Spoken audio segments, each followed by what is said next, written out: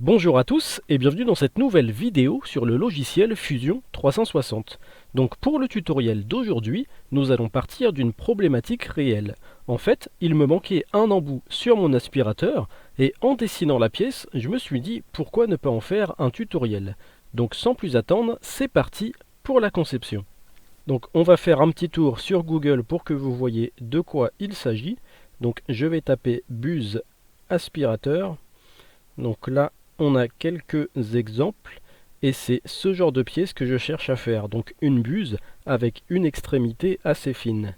Donc on va passer à la conception. Donc je vais commencer par mesurer l'extrémité du tube de mon aspirateur. Donc j'ai un diamètre qui fait 31,4.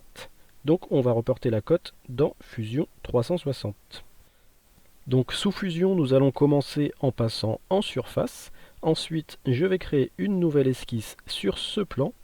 Et cette nouvelle esquisse va être un cercle. Donc je prends mon cercle, je pars de l'origine et je trace un cercle d'un diamètre de 31,5 mm. Donc connaissant la précision de mon imprimante, ça devrait être pas mal.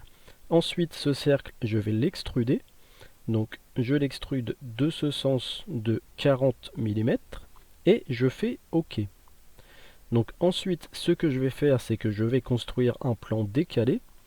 Donc je me décale par rapport à ce plan d'une valeur de 30 mm et je fais OK. Donc sur ce plan, je vais créer une nouvelle esquisse. Donc je choisis esquisse, je clique sur mon plan et je vais venir tracer ma nouvelle esquisse. Donc cette nouvelle esquisse va être une rainure. Donc je vais donc créer rainure et rainure par point de centre.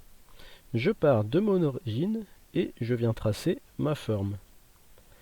Une fois que c'est fait, cette forme, je vais la coter.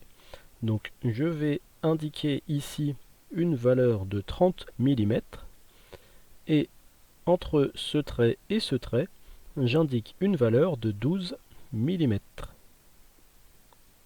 Donc une fois que c'est fait, je peux quitter cette esquisse. Et cette nouvelle esquisse, je vais elle aussi l'extruder.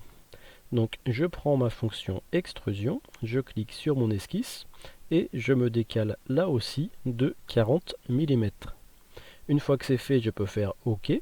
Donc maintenant j'obtiens deux parties, la partie qui va sur mon tube et la partie aplanie de ma buse. Donc ce qu'il va falloir faire, c'est relier les deux. Donc pour ce faire, je vais donc créer et lissage.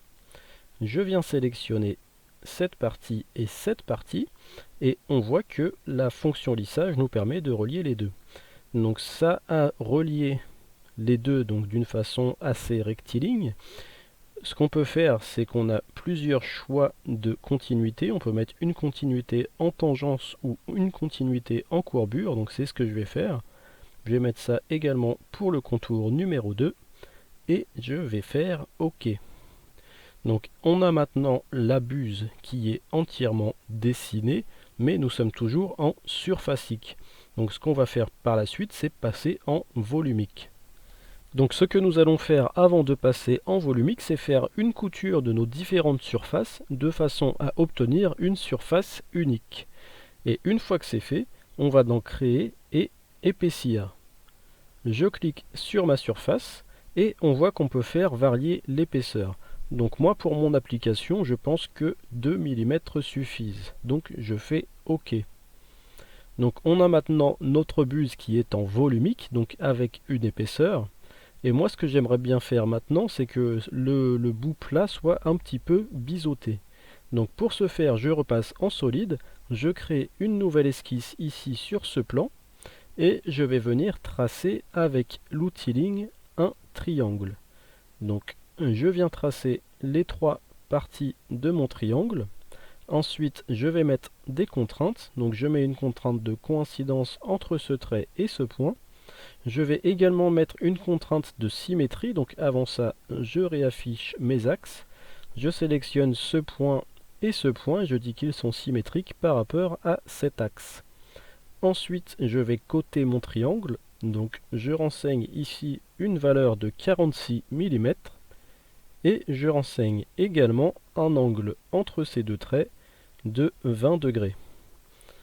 une fois que c'est fait, je peux terminer cette esquisse. Et cette esquisse, je vais l'extruder. Donc je prends ma fonction extrusion. Je sélectionne les différentes parties qui composent mon esquisse. Et je viens retirer de la matière de cette façon.